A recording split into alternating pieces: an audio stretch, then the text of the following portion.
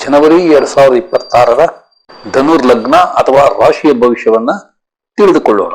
ಈ ಮಾಸದಲ್ಲಿ ರವಿ, ಕುಜ, ಬುಧ, ಶುಕ್ರ ಮತ್ತು ರಾಹು ಗ್ರಹಗಳು ತಮಗೆ ಶುಭ ಫಲವನ್ನು, ಗುರು, ಶನಿ ಮತ್ತು ಕೇತು ಗ್ರಹಗಳು ಮಿಶ್ರ ಫಲ ಅಥವಾ ಅಶುಭ ಫಲವನ್ನ ನೀಡುತ್ತವೆ.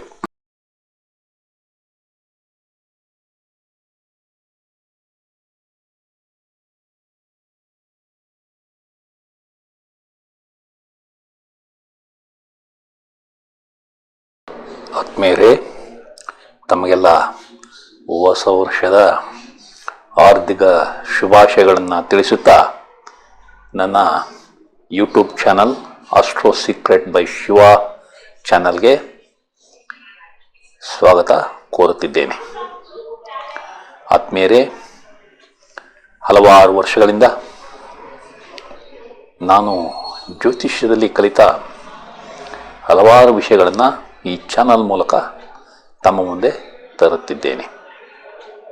ಪ್ರತಿಯೊಂದು ಗ್ರಹವು ಗೋಚಾರದಲ್ಲಿ ನಕ್ಷತ್ರಗಳ ಮೂಲಕ ಸಂಚಾರ ಮಾಡುವಾಗ ಪ್ರತಿಯೊಬ್ಬ ವ್ಯಕ್ತಿಯ ಜೀವನದಲ್ಲಿ ಆಗುವ ಬದಲಾವಣೆಗಳನ್ನು ನಾನು ಕೊಡುವ ದಿನಾಂಕಗಳ ಮೂಲಕ ತಮಗೆ ತಿಳಿಯಪಡಿಸಲು ಯತ್ನಿಸುತ್ತಿದ್ದೇನೆ. ಈ ವಿವರಗಳು ತಮಗೆ ಇಷ್ಟವಾದಲ್ಲಿ ಈ ಚಾನಲ್ನ ತಮ್ಮ ಬಂಧು ಮಿತ್ರರಿಗೆಲ್ಲ ಶೇರ್ ಮಾಡಿ, ಅವರೂ ಸಹ ಈ ಚಾನಲನ್ನು ಚಂದಾದಾರರಾಗಲು ಪ್ರೋತ್ಸಾಹ ನೀಡಬೇಕೆಂದು ಕೋರುತ್ತಿದ್ದೇನೆ.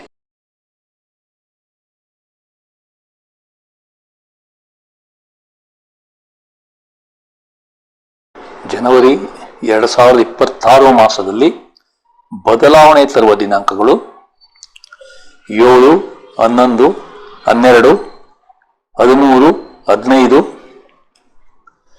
16, 18, 20, 24, 25 ಮತ್ತು 29 ಈ ದಿನಾಂಕಗಳನ್ನ ಒಂದೆಡೆ ಬರೆದಿಟ್ಟುಕೊಂಡು ಆ ದಿನಗಳಲ್ಲಿ ಅಥವಾ ಆ ದಿನಗಳ ನಂತರ ನಡೆಯುವ ಘಟನೆಗಳ ಬಗ್ಗೆ ಸೂಕ್ಷ್ಮವಾಗಿ ಪರಿಶೀಲನೆ ಮಾಡಿ.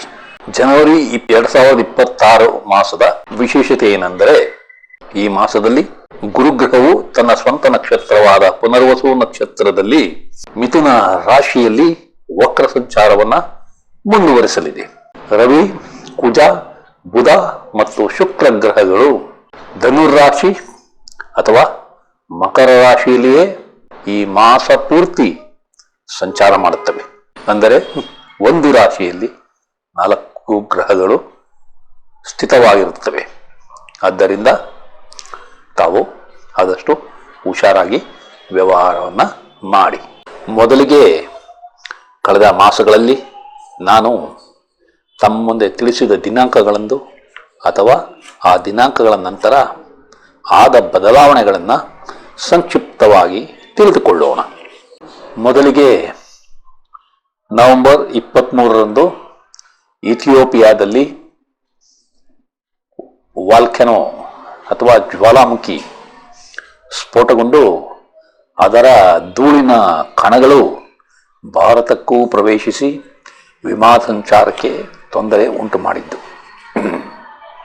ನಂತರ ನವೆಂಬರ್ 20, 2025ರಂದು ನಿತೀಶ್ ಕುಮಾರ್ ಅವರು ಬಿಹಾರದ ಮುಖ್ಯಮಂತ್ರಿಯಾಗಿ 10ನೇ ಸಲ ಪ್ರಮಾಣ ವಚನ ಸ್ವೀಕಾರ ಮಾಡಿದ್ದು.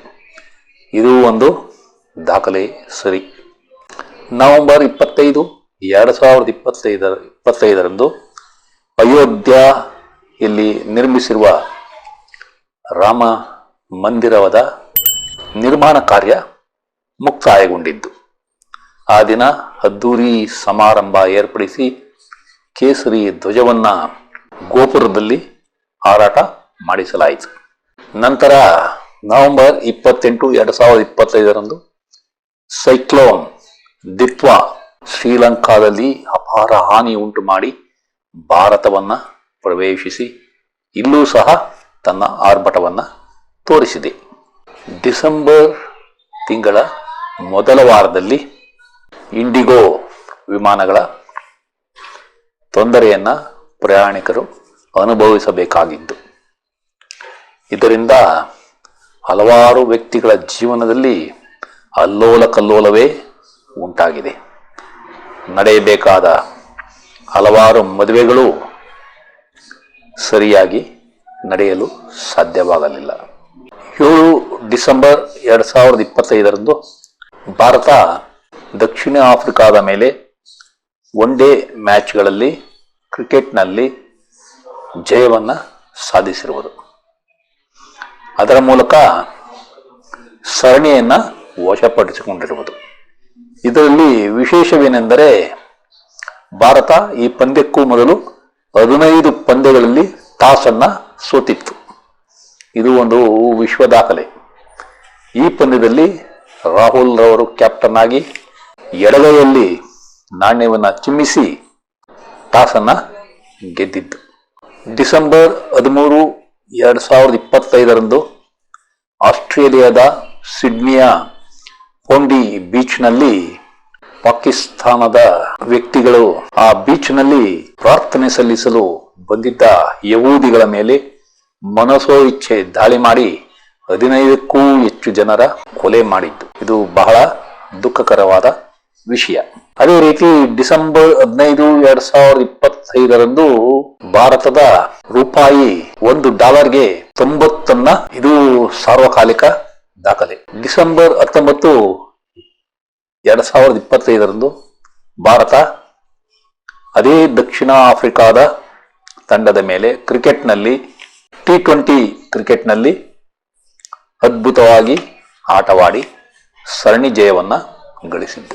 ಈ ಪಂದ್ಯದಲ್ಲಿ ಹಾರ್ದಿಕ್ ಪಾಂಡ್ಯರವರು ಪಂದ್ಯ ಪುರುಷೋತ್ತಮ ಹಾಗೂ ವರುಣ್ ಚಕ್ರವರ್ತಿ ರವರು ಸರಣಿ ಪುರುಷೋತ್ತಮ ಆಗಿದ್ದು ವಿಶೇಷ. ಈಗ ನಿಫ್ಟಿ ವಿಷಯಕ್ಕೆ ಬಂದರೆ ನವೆಂಬರ್ 20ರಂದು 26,246 ಅಂಕದ ಹೈಯನ್ನ ಟಚ್ ಮಾಡಿತ್ತು. ಅದೇ ನವೆಂಬರ್ 24ರಂದು 25,912 ಅಂಕಗಳ ಲೋ ಅನ್ನ ಟಚ್ ಮಾಡಿದೆ. ನಂತರ ನವೆಂಬರ್ 25, 2025ರಂದು 25,857 ಅಂಕಗಳ ಲೋ ಟಚ್ ಮಾಡಿದೆ. ಮರುದಿನ ಅಂದರೆ 26 ನವೆಂಬರ್ 2025ರಂದು 26,215 ಅಂಕಗಳ ಹೈ ಟಚ್ ಮಾಡಿದೆ. ಒಟ್ಟು ಆ ದಿನ 320 ಅಂಕಗಳ ಗಳಿಕೆಯನ್ನ ಕಂಡಿದೆ. ಡಿಸೆಂಬರ್ 1ರಂದು 26,325 ಅಂಕಗಳ ಸಾರ್ವಕಾಲಿಕ ದಾಖಲೆಯನ್ನ ತಲುಪಿದೆ. ಅದೇ 3 ಡಿಸೆಂಬರ್ 2025ರಂದು 25,891 ಅಂಕಗಳ ಲೋ ಟಚ್ ಮಾಡಿದೆ. 8 ಡಿಸೆಂಬರ್ 2025ರಂದು 26,178 ಅಂಕಗಳ ಹೈಯನ್ನ ಟಚ್ ಮಾಡಿದೆ. ಆದರೆ ಆ ದಿನ 225 ಅಂಕಗಳ ಕುಸಿತವನ್ನು ಕಂಡಿದೆ. ಅದೇ ರೀತಿ 10 ಡಿಸೆಂಬರ್ 2025ರಂದು 25,734 ಅಂಕಗಳ ಲೋ ಟಚ್ ಮಾಡಿದೆ. 12 ಡಿಸೆಂಬರ್ 2025ರಂದು 26,057 ಅಂಕಗಳ ಹೈಯನ್ನ ಟಚ್ ಮಾಡಿದೆ.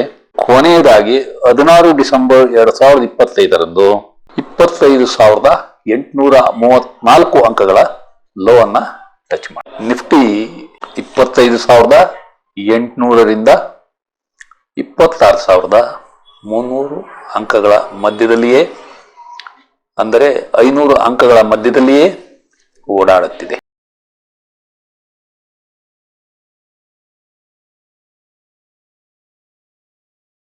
ನಿಮಗೆ ಪಿತ್ರಾರ್ಜಿತ ಆಸ್ತಿಗಳು ಸಿಗುವ ಸಂಭವ ಇದೆ. ನಿಮಗೆ ಬರಬೇಕಾದ ಇನ್ಶೂರೆನ್ಸ್ ಹಣ ಕೈ ಸೇರಲಿದೆ. ನಿಮಗೆ ಕಷ್ಟವಿಲ್ಲದೆ ಅನಿರೀಕ್ಷಿತ ಲಾಭವಾಗುವ ಸಂಭವ ಇದೆ. ನಿಮ್ಮ ಕೋರ್ಟ್ ಕೇಸುಗಳು ಯಶಸ್ಸು ಕಾಣುತ್ತವೆ. ನಿಮ್ಮ ವಿದೇಶದಲ್ಲಿನ ಹಣಕಾಸಿನ ವ್ಯವಹಾರದಲ್ಲಿ ಯಶಸ್ಸನ್ನ ಕಾಣುತ್ತೀರಿ. ನಿಮ್ಮ ಶತ್ರುಗಳು ಮೆತ್ತಗಾಗುತ್ತಾರೆ.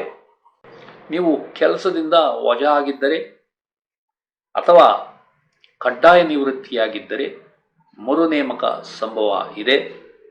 ನಿಮಗೆ ಈ ಅವಧಿಯಲ್ಲಿ ಕೆಲಸ ಮಾಡುವ ಹುಮ್ಮಸ್ಸು ಚೆನ್ನಾಗಿರಲಿದೆ. ನಿಮ್ಮ ಬುದ್ಧಿಮತ್ತೆ ಚುರುಕಾಗಿ ಓದುವ ಹಂಬಲ ಕೂಡ ಚೆನ್ನಾಗಿರಲಿದೆ. ಈ ಅವಧಿಯಲ್ಲಿ ನಿಮ್ಮ ಧೈರ್ಯ ಹೆಚ್ಚಾಗಿರುತ್ತದೆ. ನೀವು ಪತ್ರ ವ್ಯವಹಾರಗಳನ್ನು ಮಾಡುತ್ತಿದ್ದರೆ ಈ ಅವಧಿಯಲ್ಲಿ ಯಶಸ್ಸನ್ನು ಕಾಣುತ್ತೀರಿ. ನೀವು ಮನೆ ಮಾರಾಟ ಮತ್ತು ಮನೆಯ ಬದಲಾವಣೆಯನ್ನು ಈ ಅವಧಿಯಲ್ಲಿ ಮಾಡಬಹುದು. ನೀವು ಅಗ್ರಿಮೆಂಟ್ಗಳ ಸಹಿಗಾಗಿ ಯತ್ನಿಸುತ್ತಿದ್ದರೆ ಅದು ಈ ಅವಧಿಯಲ್ಲಿ ಸಾಧ್ಯವಿದೆ. ನೀವು ಆಸ್ತಿ ವಿಭಜನೆ ಮಾಡಬೇಕೆಂದಿದ್ದರೆ ಅದು ಈ ಅವಧಿಯಲ್ಲಿ ಯಶಸ್ಸನ್ನು ತಂದುಕೊಡಲಿದೆ. ನಿಮ್ಮ ಉನ್ನತ ವ್ಯಾಸಂಗ ಯಶಸ್ಸು ಕಾಣಲಿದೆ. ನಿಮ್ಮ ಕೆಲಸದಲ್ಲಿ ಉತ್ತಮ ಬದಲಾವಣೆ ಕಂಡುಬರಲಿದೆ. ನೀವು ಯಶಸ್ವಿ ದೇವತಾರಾಧನೆ ಮತ್ತು ತೀರ್ಥಯಾತ್ರೆಗಳನ್ನು ಆನಂದಿಸುತ್ತೀರಿ.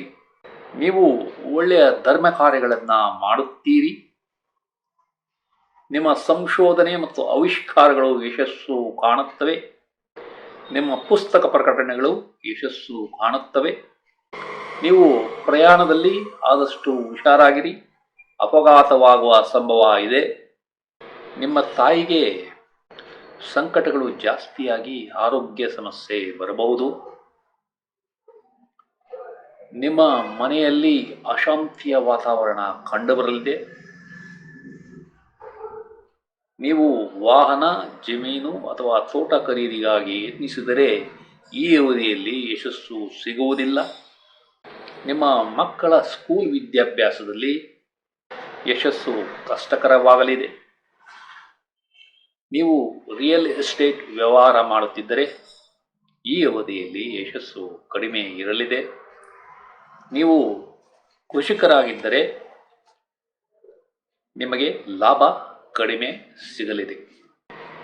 ನಿಮ್ಮ ಜೀವನದಲ್ಲಿ ಕಷ್ಟಗಳು ದಿನೇ ದಿನೇ ಜಾಸ್ತಿಯಾಗುತ್ತವೆ. ನಿಮ್ಮ ಅಕ್ಕಪಕ್ಕದ ಮನೆಯವರಿಂದ ತೊಂದರೆ ಮತ್ತು ಕಿರಿಕಿರಿಯನ್ನು ಅನುಭವಿಸುತ್ತೀರಿ. ನಿಮ್ಮ ವ್ಯಕ್ತಿತ್ವ ಮತ್ತು ಬುದ್ಧಿಶಕ್ತಿಗೆ ತೊಂದರೆ ಕಂಡುಬರಲಿದೆ. ನಿಮ್ಮ ಹಾಸ್ಟೆಲ್ನಲ್ಲಿರುವ ಮಕ್ಕಳು ಯಾವುದಾದರೊಂದು ಸಮಸ್ಯೆಗೆ ಸಿಲುಕುತ್ತಾರೆ. ನಿಮಗೆ ಕೆಲಸದಲ್ಲಿ ಯಶಸ್ಸು ಕಷ್ಟವಾಗಲಿದೆ. ಈ ಅವಧಿಯಲ್ಲಿ ನಿಮಗೆ ಕಾರ್ಮಿಕರ ಸಹಕಾರ ಸರಿಯಾಗಿ ಸಿಗುವುದಿಲ್ಲ.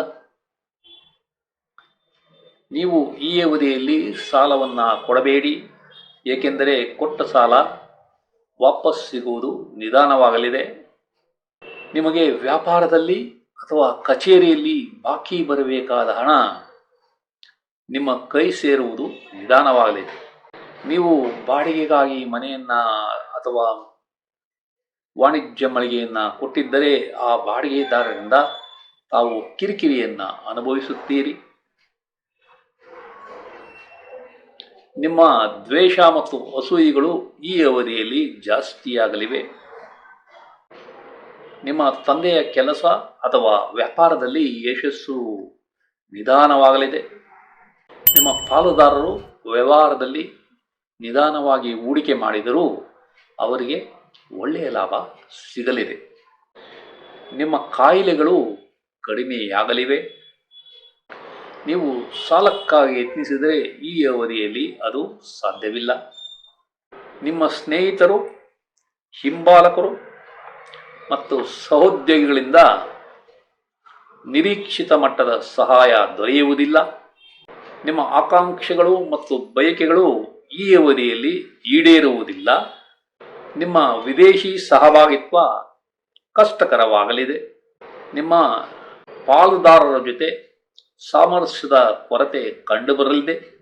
ನೀವು ಯಾವುದಾದರೊಂದು ಕಾರಣಕ್ಕೆ ಆಸ್ಪತ್ರೆ ಸೇರಿದ್ದರೆ ಅಲ್ಲಿಂದ ಬಿಡುಗಡೆ ನಿಧಾನವಾಗಲಿದೆ. ನಿಮಗೆ ಬಲಿಷ್ಠ ಶತ್ರುಗಳಿಂದ ಸೋಲು ಕಂಡುಬರಲಿದೆ.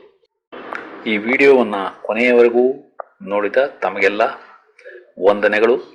ಈ ವಿಡಿಯೋದಲ್ಲಿರುವ ವಿಷಯಗಳು ತಮಗೆ ಇಷ್ಟವಾದರೆ ಈ ವಿಡಿಯೋವನ್ನು ತಮ್ಮ ಬಂಧು ಮಿತ್ರರಿಗೆಲ್ಲ ಶೇರ್ ಮಾಡಿ, ಅವರೂ ಸಹ ಈ ಚಾನಲ್ಗೆ ಸಬ್ಸ್ಕ್ರೈಬ್ ಆಗುವಂತೆ ಮಾಡಿ ಎಂದು ಕೋರುತ್ತಿದ್ದೇನೆ. ವಂದನೆಗಳು.